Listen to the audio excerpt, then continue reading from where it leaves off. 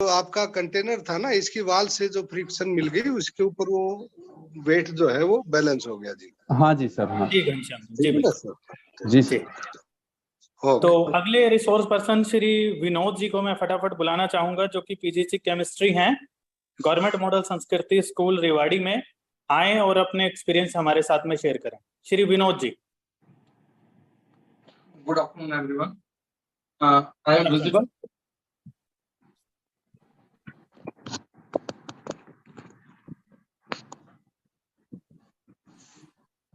Sir, जो मैं पहला फ्रिक्शन का एक्सपेरिमेंट करके दिखा रहा हूँ आपको। मैंने यहाँ पे 3 सॉल्यूशन लिए हैं और बेसिकली जो मैं बताने जा रहा हूँ वो है फ्लूइड फ्रिक्शन के बारे में। एक सॉल्यूशन के अंदर मैंने हनी लिया है और एक के अंदर मैंने वाटर लिया है और तीसरा जो है उसके अंदर एयर है, यानी वो बिल्कुल ब्लैंक है, उसके अंदर सिर्फ एयर प्रेजेंट है। तो मैं सेम वेट के कॉइन्स ले रहा हूँ और मैं तीनों के अंदर ड्रॉप कर रहा हूँ और उसके अंदर हम देखेंगे कि इन तीनों के अंदर जब मैं इसको ड्रॉप करता हूँ तो उनके सेटल डाउन होने में कितना टाइम लगता है। तो सबसे पहले मैंने ये कॉइन डाला है हनी के अंदर, दूसरा मैं कॉइन डाल रहा हूँ वाटर के अंदर और तीसरा जो है एयर के अंदर।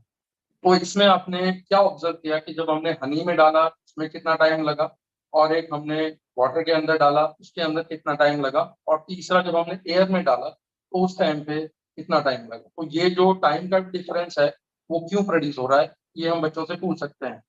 तो मैं आप सभी से इसके आंसर की एक्सपेक्टेशन करता हूँ कि ऐसा क्यों हो रहा है।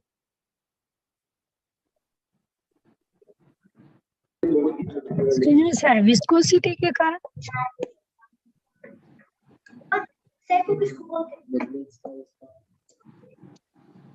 किसमें सबसे ज्यादा विस्कोसिटी होगी? हनी में, वाटर के अंदर, और सबसे कम क्योंकि एयर के अंदर डेंसिटी है तो वहां पे फ्रिक्शन जो है वो सबसे कम है। तो हम ये बच्चे को फ्रिक्शन जो है वो रिलेट कर सकते हैं कि अगर डेंसिटी है ज्यादा किसी के अंदर या विस्कोसिटी ज्यादा है तो वहां पे जो फ्रिक्शन का रेट होगा वो ज्यादा होगा, और अगर उसके अंदर कम है विस्कोसिटी तो उसके अंदर जो रेट होगा वो उतना ही कम होता जाएगा। तो ये फ्लूइड फ्रिक्शन के अंदर तीनों जो हमारे सॉल्यूशंस हैं वो बच्चों को इजीली शो कर सकते हैं और उनको फ्रिक्शन के बारे में इजीली ये कंसेप्ट समझा सकते हैं। दूसरा, जैसे हमारे जो पहले वाले सर थे उन्होंने काफी कुछ फ्रिक्शंस के बारे में बताया है, तो एक मैंने सिंपल से जो है स्टोन लिया है और इस स्टोन में एक तरफ हमारा बिल्कुल जो है प्लेन सरफेस है और दूसरी साइड के अंदर एक रफ सरफेस है। तो इसके द्वारा भी हम बच्चों को ये बता सकते हैं कि जो अगर हमारा बिल्कुल प्लेन सरफेस होगा तो उसके ऊपर फ्रिक्शन जो है उसमें क्या रिलेट होगा, और अगर रफ सरफेस है तो फ्रिक्शन ज्यादा होगा या कम होगा।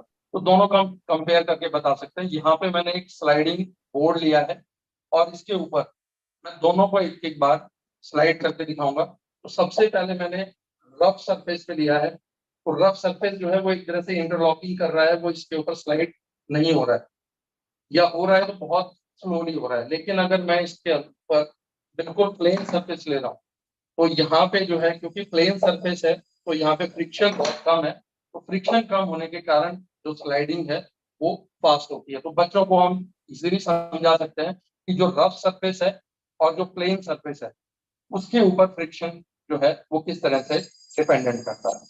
एक बच्चे अक्सर जो है इस तरह के प्लेन्स जो है वो उड़ाते हैं और प्लेन्स के अंदर हम इसी से रिलेट करके उनको बता सकते हैं कि ये जो नॉब है या जो टिप है उनकी वो इस तरह की ही क्यों बनाई जा सकती है। तो बच्चों से हम इसका आंसर जो है वो इजीली ले सकते हैं, इसकी टिप जो है वो हमने इस तरह से क्यों बनाई है।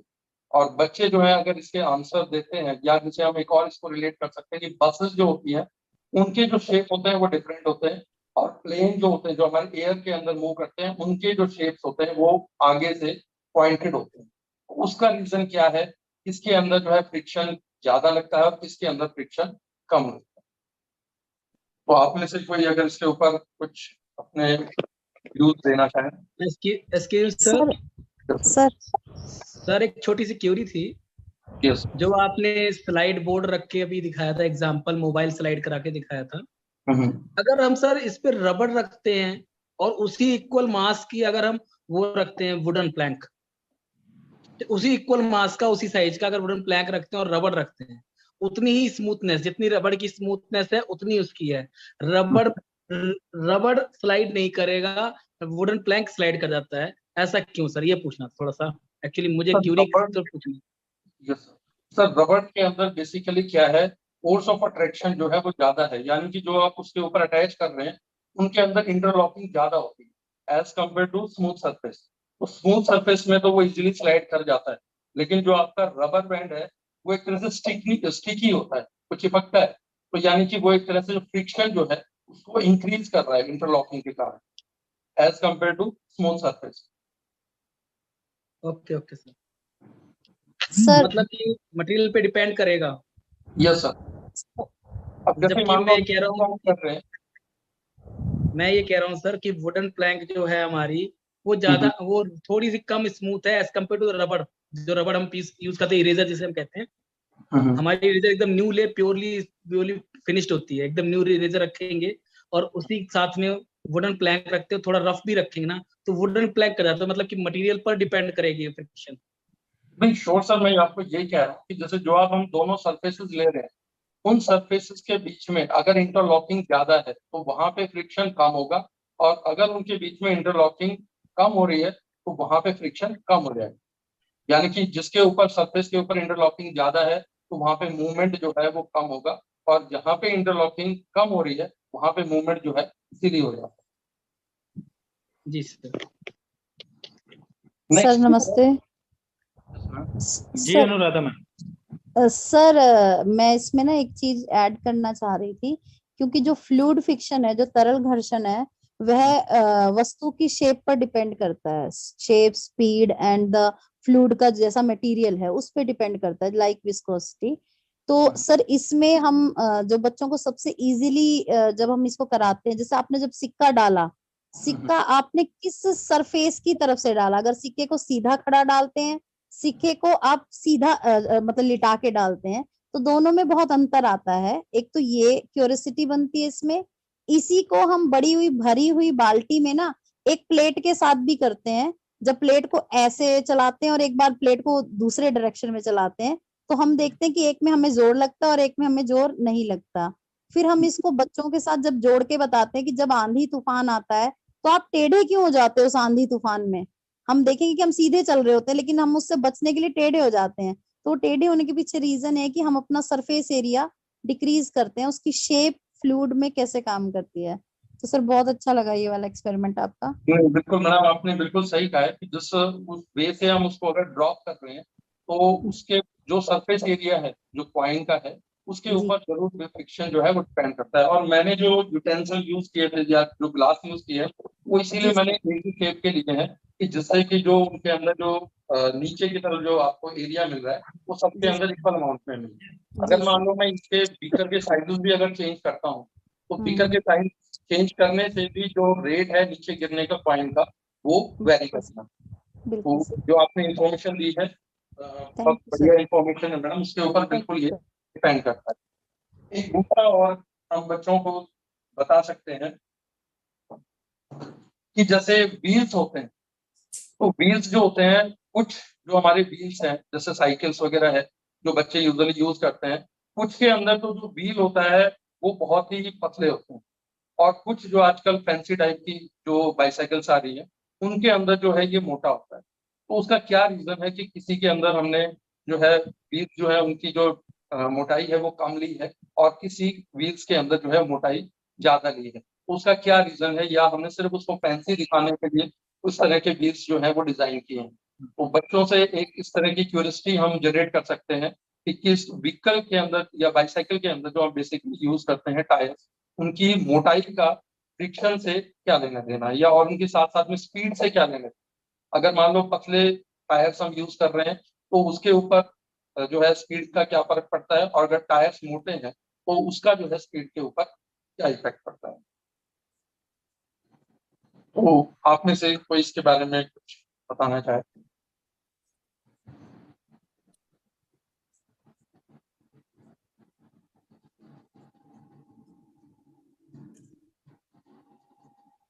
टायर्स जो है बाइसाइकिल मोटे टायर में सर सरफेस एरिया बढ़ रहा है तो उससे फ्रिक्शन बढ़ जाता है। उससे क्या बेनिफिट पतले होगा? टायर में क्योंकि सरफेस उससे ये होगा कि एक्सरसाइज ज्यादा हो पाएगी सर। साइकिलिंग के लिए जो एक्सरसाइज कर रहे हैं वो ज्यादा हो पाएगी क्योंकि फ्रिक्शन ज्यादा होगा, सरफेस एरिया बढ़ने से प्रेशर घटता फोर्स है। ज्यादा लगेगा। जी मैडम, साथ में ये है कि मैडम एक सिक्योरिटी पॉइंट ऑफ व्यू से भी हम कह सकते हैं कि अगर थोड़ा बड़ा अगर थोड़ा उसका मतलब बड़ा है, मोटाई ज्यादा है, तो वो स्लिपरी कम होगा। तो उसके अंदर एक वो भी एक एंगल आ जाता है कि बच्चे जो है उसको भी समझे कि अगर मान लो पतले टायर हैं तो उनकी स्पीड तो ज्यादा होती है, लेकिन वो जो है स्लिप जल्दी करते हैं। और अगर उसका थोड़ी सी हम मोटाई ज्यादा लेते हैं टायर्स की, तो एक तो फ्रिक्शन उसमें ज्यादा है, लेकिन वो साथ साथ में स्लिपरी जो है वो कम होगा, और उसके कारण जो है एक तरह से सेफ्टी पॉइंट ऑफ व्यू उसके अंदर हमारा इंक्रीज हो जाता है। एक हम बच्चों से सीधे ये भी पूछ सकते हैं कि जैसे जो टायर्स होते हैं जो ट्रक वगैरह के हैं, यूजुअली वो अपने आसपास देखते हैं, तो उन ट्रक्स के अंदर जो टायर्स होते हैं उनके अंदर बहुत सारे जो है क्रंचेस वगैरह होते हैं, या उनके अंदर बहुत सारे गैप्स वगैरह वो छोड़ते हैं। तो उसका भी क्या इफेक्ट पड़ता है, या उसको अगर हम प्लेन कर दें तो वो ज्यादा बेटर है, या जिसके अंदर बहुत सारे बीच के अंदर गैप्स प्रेजेंट होते हैं तो उसमें ज्यादा बेटर है, या वो बिल्कुल प्लेन होगा। तो वो बच्चे भी यूजुअली क्योंकि ये चीजें अपने आसपास में ऑब्जर्व करते हैं, तो वो उसको बेटर जो है कनेक्ट कर सकते हैं कि अगर जिसके अंदर स्लिपरी सरफेस ज्यादा होगा तो वहां पे जो है उसमें क्या प्रॉब्लम आएगी, और अगर उसके अंदर जो हम छोड़ते हैं छोटे छोटे खाने जो है उससे क्या फर्क पड़ता है। तो ये कुछ एक्टिविटीज थी, क्योंकि ज्यादातर सर ने जो है वो ऑलरेडी कर ली थी। मैंने स्प्रिंग बैलेंस वगैरह और इस तरह के भी थे। एक वो क्योंकि सारी चीजें हो चुकी हैं, तो मेरी तरफ से इतना ही होप करता हूँ कि इसमें से आपको काफी कुछ एक्टिविटीज जो है वो पसंद आए। सर एक छोटी सी और था एग्जांपल इसमें कि जो हम साइकिल रेसिंग देखते हैं तो एक डिस्क साइकिल रेसिंग होती है जिसमें कि टायर की जगह डिस्क होता है वो, और उसका सरकमफ्रेंस सेम ही होता है जितना टायर का होता है। लेकिन अगर आप बाजार में रेसिंग साइकिल का टायर खरीदने जाओ तो वो बहुत पतला होता है, आम साइकिल के टायर से बहुत पतला होता है, क्योंकि रेसिंग चाहिए, स्पीड चाहिए, तो फ्रिक्शन कम करना पड़ता है हमें थोड़ा सा। Sir thank you. बिल्कुल यही मैडम आपसे मैं बता रहा था पहले कि जैसे किसी साइकिल्स के अंदर पतले टायर्स होते हैं और किसी के अंदर मोटे होते हैं, तो वही है कि वहां पे ना स्पीड जो है, जहाँ पे हमें स्पीड मैटर करती है वहां पे हम पतले टायर्स यूज करते हैं, और जिसके अंदर हमें स्पीड ज्यादा मैटर नहीं करती हमारे पास क्योंकि लोड ज्यादा है, तो वहां पे हम जो है एक मोटे वायर्स यूज करते हैं, जिससे सेफ्टी पॉइंट ऑफ इंक्रीज हो जाता है। जी विनोद जी, बहुत बहुत धन्यवाद आपका। संजय जी आप कुछ कहना चाहेंगे सर? जी सर। जी सर जी। विनोद जी बहुत अच्छी एक्टिविटीज थी आपकी, और एक छोटा सा इनपुट इसमें ये था कि हम जब फ्रिक्शन आपको इंक्लाइंड सरफेस से शो कर रहे थे तो आप सोचिएगा इस पॉसिबिलिटी के बारे में कि क्या एक थर्ड केस भी हम ले सकते हैं जिसमें दोनों ही जो सरफेसेस हैं वो परफेक्टली स्मूथ हो, क्योंकि इससे कहीं ना कहीं उनको हम एक ओपिनियन और दे पाएंगे कि सरफेसेस अगर आइडियली स्मूथ हो जाते हैं तो मोशन बिल्कुल स्टॉप हो जाता है। तो ये जो आपने लिया इसमें जैसे आईएएस की भी उसमें प्री में पूछा हुआ क्वेश्चन था कि अगर मतलब मैं आपको सजेस्ट कर रहा हूँ कि सपोज हम एक ऐसा सरफेस लेते, सपोज ग्लास का ही ये बना लेते आप और ग्लास स्लैब उस पर करते तो वो दोनों आइडियली स्मूथ हो जाते, और उस केस में मोशन कहीं ना कहीं पूरा ही रुक जाता है। तो एक थॉट हम उसमें और दे सकते हैं। और दूसरा एक सजेशन ये था सर कि इसमें बेसिकली जो फर्स्ट आपका आइडिया था विस्कोसिटी को शो करने का वो बहुत बढ़िया था, लेकिन वो विस्कोसिटी में ही हम उसके साथ क्या एक दो इनपुट और दे सकते हैं, क्योंकि